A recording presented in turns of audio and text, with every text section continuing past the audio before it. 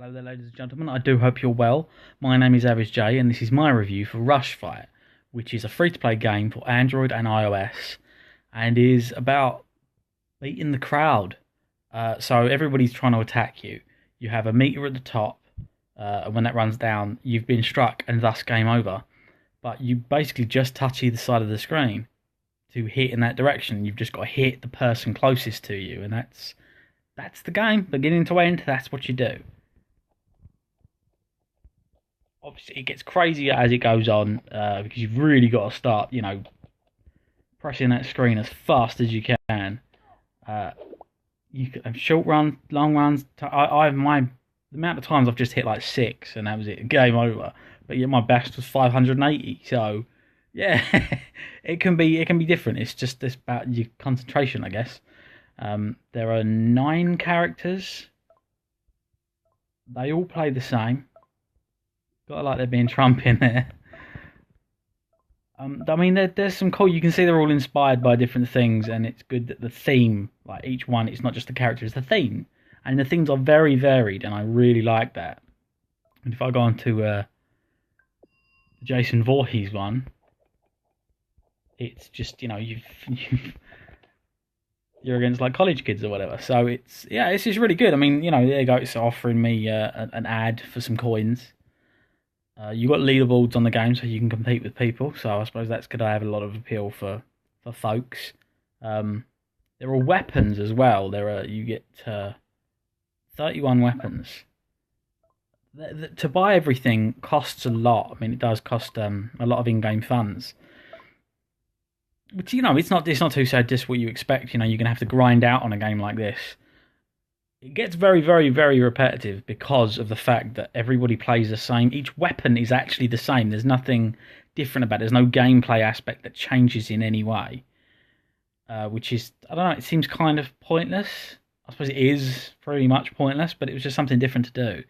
But, I mean, I saw that there was 40 achievements, and I was like, oh, well, that's going to keep you busy for a while. You can 5-star each of the levels, but as you get the stars, you have to, it's 100 for each star. So to get all 5 stars, you need to get a chain going of at least 500. That's going to take a fair amount of time. If I look to change, I'll grab a weapon. Any weapon.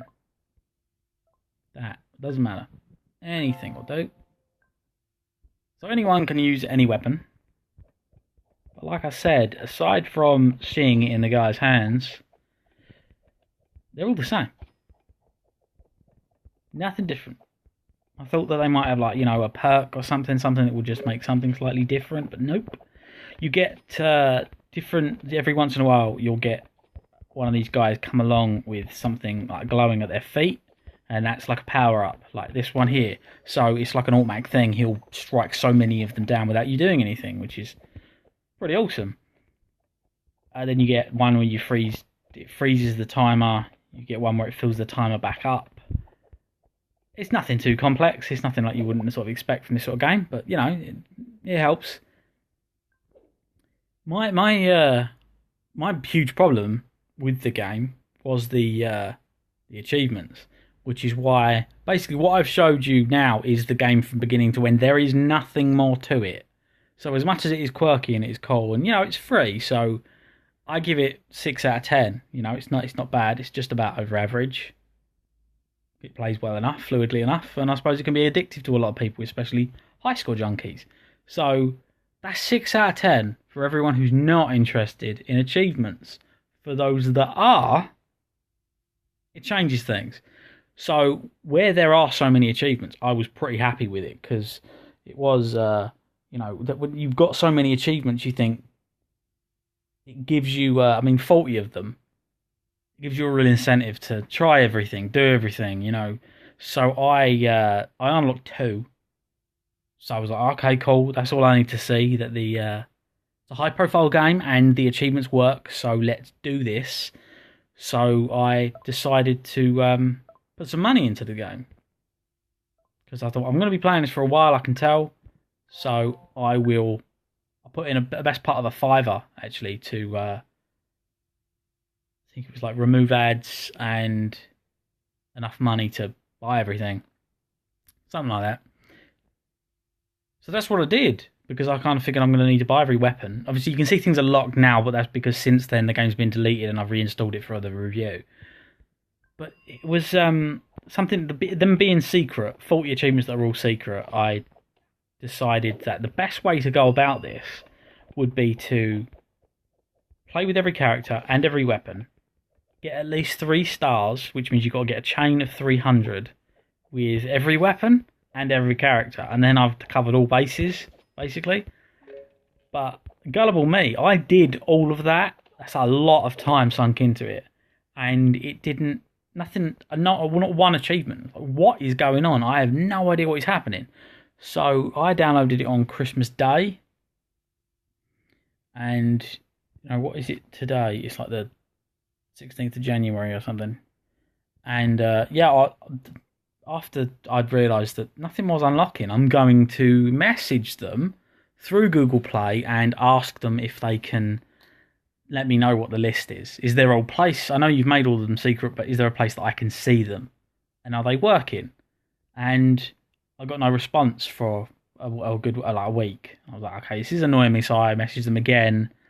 Nothing. So then I went to their Facebook page and sent them a message through that, and I went to their website and I sent them an email through that. And eventually, several days later, they got back to me, which was yesterday, the 15th of January. So only took a little while. And basically, they told me that the achievements don't work; they've been removed. So I was just angry. Doesn't quite cut it. But I mean, the people that don't like achievements, they're obviously going to think I'm sad for it. But I don't play games without achievements. It's just I like that. I like there being some sort of incentive to do things and encourage you to do more things, and it just makes so much more sense to me because you're always objective based. You always have a goal, and that appeals to me a lot. So for it to unlock 2 of them to show me that it's working, so I put the money in so I can try and do everything. And then to find that they're not working weeks later after I've spent all that money, it's not like they're ever going to give me my money back. How insulting is that? So I was just like, so this game there's no point to it. There's a lot of rubbish. So my personal review rating, and for those who like achievements, it's a 3 out of 10 because it's pointless, really.